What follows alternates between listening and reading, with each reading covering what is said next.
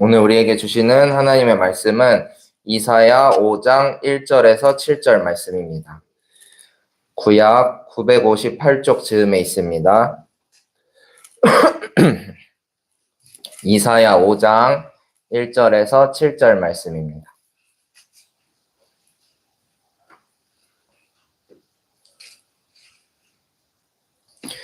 네, 우리 이사야 5장 1절에서 7절의 말씀을 한 절씩 교독하시고 마지막 절은 함께 읽겠습니다. 내가 사랑하는 이에게 노래를 해주겠네. 그가 가꾸는 포도원을 노래하겠네. 내가 사랑하는 사람은 기름진 언덕에서 포도원을 가꾸고 있네.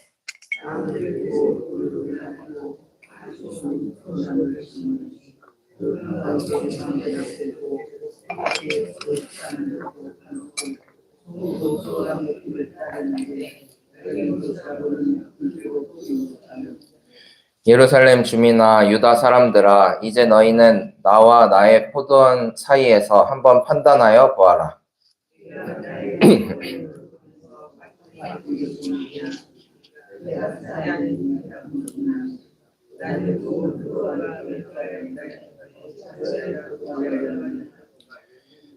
이제 내가 내 포도원에 무슨 일을 하려는지를 너희에게 말하겠다. 울타리를 걷어치워서 그 밭을 못쓰게 만들고 담을 허물어서 아무나 그 밭을 짓밟게 하겠다.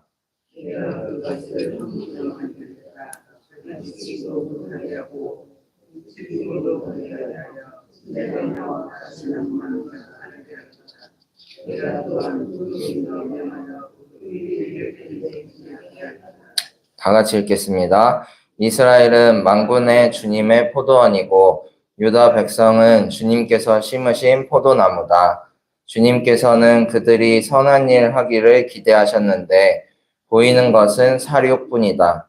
주님께서는 그들이 옳은 일 하기를 기대하셨는데 들리는 것은 그들에게 희생된 사람들의 울부짖음뿐이다.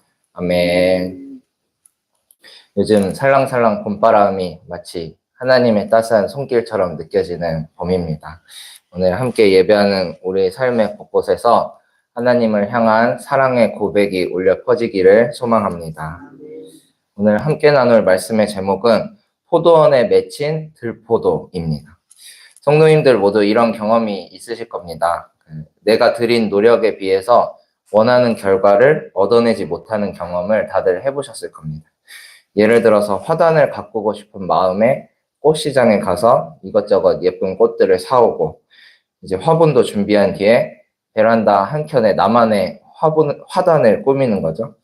색깔별로 예쁘게 준비하고 정성껏 가꾸었는데 왜 우리 집 꽃들만 그렇게 빨리 시드는지 화단을 꾸미는 게 마음처럼 쉽지가 않습니다. 자식을 키울 때도 그렇다고 하더라고요. 그러면 안 되는데 하면서도 자식에게 바라는 기대치가 다들 있으십니다. 다른 건 몰라도 공부는 이 정도는 해주었으면 혹은 다른 건 몰라도 이 정도 예의 있는 아이로 자라나 주었으면 하는 부모님이 중요하게 생각하는 가치관에 따라서 자식에게 거는 기대가 각각 있습니다. 그런데 자식이 부모 마음처럼 따라와 주지 못할 때 어떠신가요? 자녀의 인생을 존중해 주어야 한다고 생각은 하지만 마음처럼 쉽지가 않죠. 바로 잔소리 폭탄을 터뜨린다든지 때때로 화를 잔뜩 쏟아내기도 합니다. 부모님들이 사랑하는 자녀에게 그렇게 모질게 구는 이유는 자녀가 옳은 길로 나아가길 바라기 때문입니다. 하나님의 마음도 이와 다르지 않습니다. 잘못된 길로 나아가는 자녀를 볼 때 모진 소리를 해서라도 제자리로 인도하고 싶고 내가 아끼는 화단에 꽃이 시들 때 무슨 수를 써서라도 그 꽃들을 살려내고 싶은 마음이 바로 주님의 마음과 같습니다. 오늘 우리가 마주한 본문 이사야 5장 1절에서 7절의 말씀은 포도원 주인과 포도원에 대한 이야기입니다. 1절에서 7절을 천천히 읽어보시면 말을 하는 화자가 순간순간 전환이 되는 것을 알 수가 있습니다. 먼저 1절에서는 선지자 이사야가 말하는 대목입니다. 내가 사랑하는 이에게 노래를 해주겠네. 그가 가꾸는 포도원을 노래하겠네. 내가 사랑하는 사람은 기름진 언덕에서 포도원을 가꾸고 있네 하면서 마치 해설하는 듯한 어투로 말하고 있습니다. 여기서 이사야가 사랑하는 이는 바로 포도원의 주인, 즉 하나님을 뜻합니다. 그리고 이어지는 2절에서 6절은 포도원을 향한 포도원 주인의 마음, 즉 하나님의 마음을 드러내고 있습니다. 끝으로 7절에서는 다시 이사야가 해설하고 있는 형식입니다. 마치 시 한 편을 읽는 듯한 느낌이 듭니다. 포도원을 사람처럼 대하는 대목은 한 폭의 그림을 상상하게 하기도 합니다. 이사야는 이 비유적인 시를 통해서 하나님과 이스라엘의 관계를 적나라하게 표현하고자 했습니다. 하나님을 포도원 주인으로, 이스라엘을 포도원으로 비유한 것이죠. 더 나아가서는 포도원을 바로 우리 하나님의 영적 양분을 먹고 사는 교회로 이해할 수도 있겠습니다. 그런 이해를 가지고 말씀을 차근차근 살펴보도록 하겠습니다. 한 주인이 아주 기름진 산에 포도원을 만들었다고 합니다. 그는 땅을 깊이 파고 돌들을 제거하고 극상품의 포도 모종을 심었습니다. 주인은 그 포도원을 무척 좋아했죠. 거름도 주고 물도 주어 잘 가꾸었습니다. 울타리를 치고 또 원두막을 세우고 포도를 따서 저장할 장소도 따로 준비해 두었습니다. 그리고 포도즙을 짤 틀까지 준비했습니다. 하지만 나무는 들포도만 맺었습니다. 주인은 마을 사람들에게 하소연하죠. 4절의 말씀입니다. 내가 나의 포도원을 가꾸면서 빠뜨린 것이 무엇이냐? 내가 하지 않은 일이라도 있느냐? 나는 좋은 포도가 맺기를 기다렸는데 어찌하여 들포도가 열렸느냐? 하고 하소연합니다. 화가 난 주인은 마침내 울타리를 걷고 망대를 치워 들짐승들에게 짓밟히도록 하였습니다. 포도원은 열매를 맺었어야 합니다. 왜냐하면 포도원 주인이 온갖 정성을 주어 가꾸었기 때문입니다. 하지만 포도원은 주인의 기대에 부응하지 못했습니다. 바로 이스라엘이 그러했습니다. 하나님께서는 이스라엘에게 열매를 원하셨습니다. 하지만 이스라엘은 그 좋은 환경에서 들포도만 맺었을 뿐입니다. 들포도는 거칠고 상품 가치가 없는 야생 포도를 의미합니다. 잘 가꾸어진 화단에 잡초만 무성하게 자라난 형국인 것이죠. 그렇다면 하나님께서 이스라엘에게 바랐던 열매는 무엇이었을까요? 바로 다름 아닌 공의와 정의의 열매였습니다. 5장 7절의 말씀을 함께 읽어보겠습니다. 이스라엘은 만군의 주님의 포도원이고 유다 백성은 주님께서 심으신 포도나무다. 보이는 것은 사료뿐이다. 주님께서는 그들이 옳은 일 하기를 기대하셨는데 들리는 것은 그들에게 희생된 사람들의 울부짖음뿐이다. 하나님이 기대한 것은 그들이 선한 일과 옳은 일을 하는 것이었습니다. 새번역 성경에서는 선한 일, 옳은 일이라고 번역이 되어 있지만 다른 번역 성경에서는 공의와 정의, 그리고 원어로는 이것을 미시파트와 체다카라고 합니다. 교회에서 뭐 그런 말들을 많이 합니다. 하나님의 정의가 살아나야 합니다. 공의로우신 하나님의 뜻을 따릅시다. 이런 말들을 합니다. 그런데 저는 궁금했던 게 그럼 무엇이 공의이고 무엇이 정의인가? 말로는 많이 외치는데 그 속뜻이 무엇인가 하고 궁금했었습니다. 그러다가 오늘 말씀을 딱 만나게 됐는데요. 선한 일, 공의로 번역된 체다카는 쉽게 말해서 자선 행위를 뜻한다고 합니다.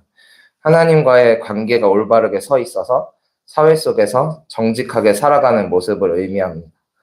법을 지키는 행위가 어떤 작은 의미의 도덕 행위라고 본다고 하면 체다카는 조금 더 나아간 행위, 의도적으로 자선을 베풀고 사회적인 약자들을 배려하고 생각하는 단계까지 나아가는 것을 의미합니다. 하나님께서 이스라엘에게 바라셨던 건 이런 선한 일, 공의로운 일이었습니다. 하지만 이스라엘은 선한 일을 하기는커녕 이들을 살육하겠다고 7절에서 밝히고 있습니다. 살육은 원어의 의미로 보자면 불법, 사악함, 피 흘림, 압제 등의 뜻을 가지고 있습니다. 이런 본뜻으로 미루어 볼 때 당시 이스라엘 사회는 권력을 가지고 있는 기득권자들이 자기 이속만을 챙기기 위해서 사회적인 약자들을 압제하고 착취했다는 사실을 알 수가 있습니다. 그리고 심지어 그들에게 상해를 가해서 죽음에 이르게 했다는 것까지 짐작해 볼 수 있습니다. 이어서 주님께서 이스라엘 백성에게 원하셨던 건 옳은 일, 정의, 미시파트였습니다. 미시파트는 법적 기준에서의 정의를 의미합니다. 예를 들어서 재판관이 뇌물을 받지 않고 공평하게 판단을 내리는 것, 그리고 사람을 외모로 취하지 않고 객관적으로 판단하는 것 등을 뜻하는 단어가 미시파트입니다.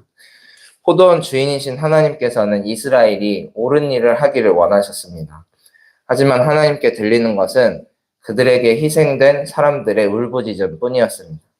이 울부짖음은 그냥 나 조금 힘들어요 하는 그런 울부짖음의 수준이 아니라 이와 동일한 단어가 출애굽기에서도 나오는데요. 이스라엘 백성들이 애굽에서 노예 생활을 할 때 애굽의 압제를 견디다 못해 여호와께 부르짖었던 그 울부짖음이 여기서 나오는 같은 단어입니다. 자유를 박탈당한 채 언제 이 노역이 끝날 줄도 모르고 깊은 절망에 빠져 있는 울부짖음이었겠죠. 그러니 포도원 주인이신 하나님께서는 얼마나 화가 나셨을까요? 기름진 언덕에서 그렇게 땅을 일구고 돌을 골라내고 좋은 포도나무를 심어 두었는데 맺히는 열매는 들포도뿐이었습니다. 사륙하고 사람들을 짓누르고 멸시하여 울부짖음 소리나 포도원에 가득 차게 되었으니 포도원 주인이신 하나님이 보시기에 얼마나 속상하셨을까요? 그리고 또 생각해 보기로는 그 포도원을 이루고 있는 오늘날 우리 교회의 모습은 어떤가요? 그리고 포도원에 심겨진 우리의 모습은 어떻습니까? 앞서 말씀드린 옳은 일과 선한 일, 미시파트와 체다카는 율법의 토대가 된 중요한 개념입니다. 율법은 하나님 앞에서 우리가 행해야 할 옳은 일과 선한 일을 제시하고 있습니다. 그러나 우리는 때때로 하나님의 은혜라는 미명하에 옳은 일과 선한 일은 뒷전으로 밀어둔 채 살아갈 때가 많습니다. 어차피 예수님이 오셔서 우리의 죄를 다 사해 주셨으니까 율법 같은 건 상관이 없다고 말이죠. 하지만 하나님을 정말로 사랑하는 사람은 그분의 뜻에 순종하고자 하는 의지를 갖게 됩니다. 내가 옳은 일과 선한 일을 행하는 사람이어서 주님을 따르는 게 아니라 주님을 사랑할 때 그렇게 살고 싶어지는 것이죠. 그리고 그렇게 변화되어가는 성도의 삶은 세상에 희망을 주고 빛과 소금의 역할을 감당하게 합니다. 이 시간 함께 예배하는 우리 모두가 그런 성도의 삶을 살아가기를 소망합니다. 하나님이 우리에게 주신 게 정말로 많습니다. 우리의 포도원에 베푸신 주님의 은혜가 차고 넘칩니다. 주님께서는 우리에게 그렇게 많은 것을 주시고 기다리고 계십니다. 무엇을 기다리고 계신가요? 좋은 포도가 맺히기를 기다리고 계십니다. 우리에게 모든 것을 주신 주님께 좋은 열매로 화답하는 우리가 되길 소망합니다. 옳은 일과 선한 일로 열매 맺으며 살아갈 때 주님께서 우리의 삶을 돌보아 주시고 더욱 풍성하게 가꾸어 나가 주실 줄로 믿습니다. 오늘도 그 믿음으로 살아가는 우리 모두가 되기를 소망합니다. 기도하시겠습니다.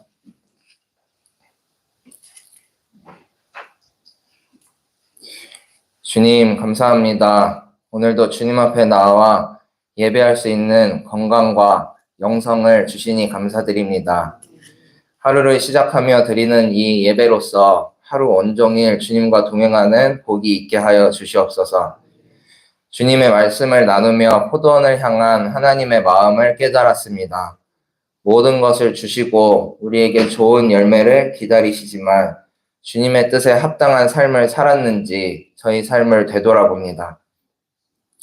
부족한 부분들 용서하여 주시고 다시 일어설 새 힘도 허락하여 주시옵소서.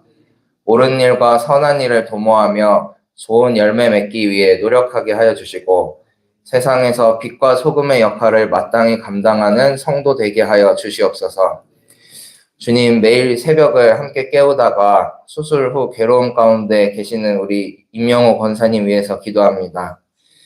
잠들어 계신 중이지만 주님께서 권사님 심령 가운데 임재하여 주셔서 회복의 영을 허락하여 주시옵소서.